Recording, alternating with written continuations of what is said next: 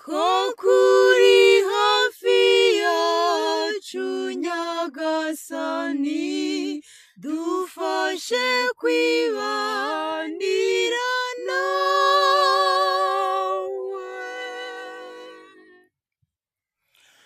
Ko kuri hafi yacu Nyagasani, dufashe kwibanira nawe.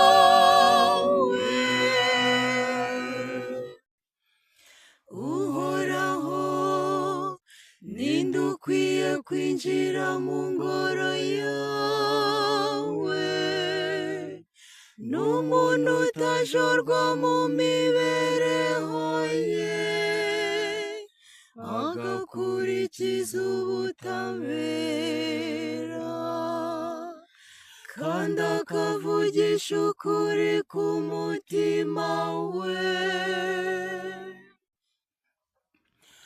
Ko kuri hafi yacu Nyagasani, dufashe kwibanira nawe.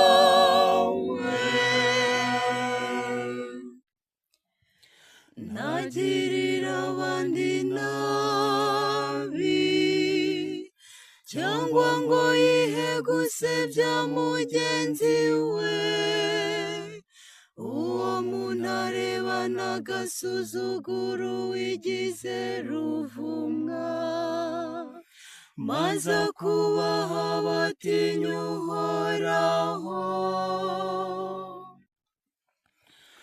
Ko kuri hafi yacu Nyagasani, dufashe kwibanira nawe.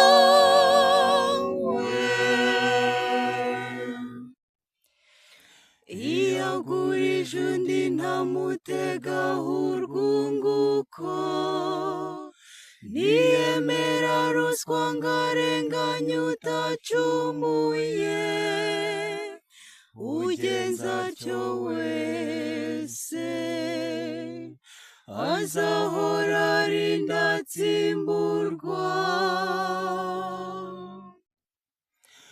Ko kuri hafi yacu Nyagasani, dufashe kwibanira nawe.